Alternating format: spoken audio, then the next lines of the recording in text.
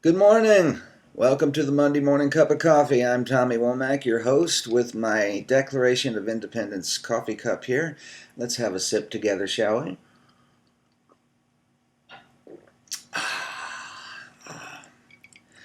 Nothing like that third cup of coffee in the morning, is there? Can't beat it. Had a good weekend. Played in a cracking band. Lisa Oliver Gray got us a couple of gigs playing a 50th birthday party and a friend's wedding reception. And Susie Barton Rasmus's 50th birthday party in Corbin, Kentucky. Great fun. And then a wedding of somebody in Elizabethtown Saturday. Somebody really nice, I'm sure. The band was awesome. It was Mike Vargo on guitar and band leader, co-leader with Lisa. Great front man. He actually plays bass with Shazam and has played bass for Foster and Lloyd and a few others. But on guitar, he's a monster. He's great. Seth Timms on keyboards, who was wonderful. Kevin Hornback on bass, and Brad Pemberton on drums, and Lisa singing lead, Mike singing lead, me singing lead a little bit. Wasn't the typical wedding band kind of gig. We weren't doing Margaritaville or tie a yellow ribbon around the old oak tree. We were doing Middle of the Road by the Pretenders and The Waiting and American Girl by Tom Petty and our own stuff too. I even sang Skinny and Small at a wedding. And Blister in the Sun. For some reason, we started doing Blister in the Sun and discovered that we all knew how to play it. I've never played Blister in the Sun in my life until the other night on stage with that band, and I discovered I knew all the words and the chords and the arrangement. When I'm walking, I strut my stuff, and I'm so strung out. Some things are just in your DNA, I guess. I'll be in Cleveland this Friday at the Beachland Ballroom up front in the tavern. I think it's an 8 o'clock showtime. And then the next night, Saturday night, this coming Saturday night, I'll be in Bowling Green at the Warehouse at Mount Victor with Bill Lloyd and Pat Haney, swapping songs back and forth, and that should be a good time. In between then, I may be going to Arkansas today, maybe, or tomorrow. My Uncle Robert passed away overnight.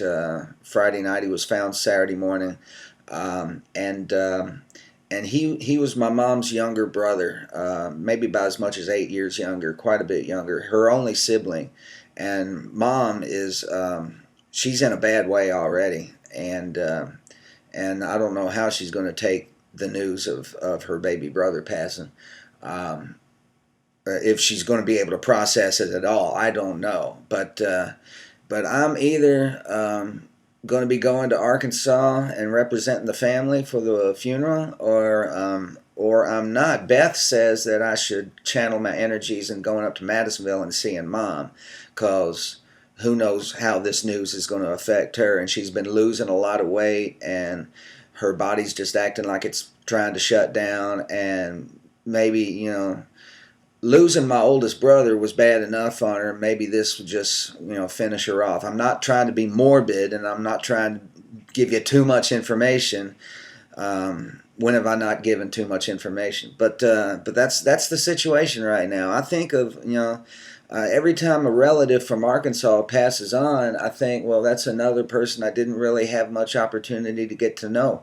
I didn't grow up around my family. All my relatives are from Arkansas, but my dad was preaching in Kentucky by the time I was born. And we would go back to Arkansas for Christmas, for 1 week at Christmas. We usually opened our presents at home on like December 22nd or 23rd. Then we hit the road, and we were in Arkansas for the actual Christmas day and a few other days. And that's the only time I saw my grandparents. That's the only time I saw cousins. I don't know what it means to grow up near your grandparents or grow up in the same town with cousins. I don't know what that feels like.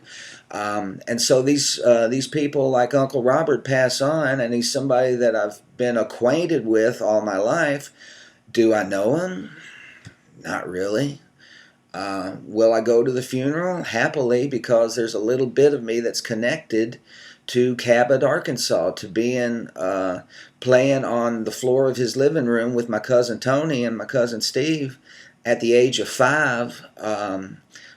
with our shoes off, running around the house in our socks, because little kids can break the ice with each other real quick, but it's still hard when you just see each other once a year. But there's part of me that's from there. There's part of me that's an Arkansan, and I don't know. I'm either going to go to Arkansas or I'm going to go to Kentucky and see Mom. I ain't made up my mind. What I do know is I'll be in Cleveland Friday and Bowling Green Saturday. I hope to see you at one of those gigs, or if you are within 500 miles of either gig. And don't let the bastards get you down. Kiss an angel good morning and love her like the devil when you get back home. Declare your independence. God bless you. Let's have another sip. Have a good week.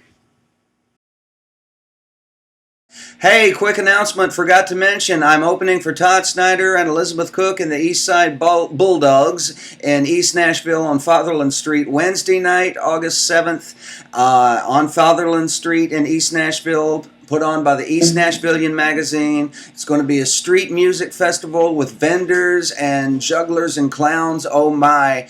Once again, opening for Todd Snyder and Elizabeth Cook and the East Side Bulldogs at the East Nashvillian Music Festival this coming Wednesday, August the 7th. Be there or be square. Maestro, give it to 'em.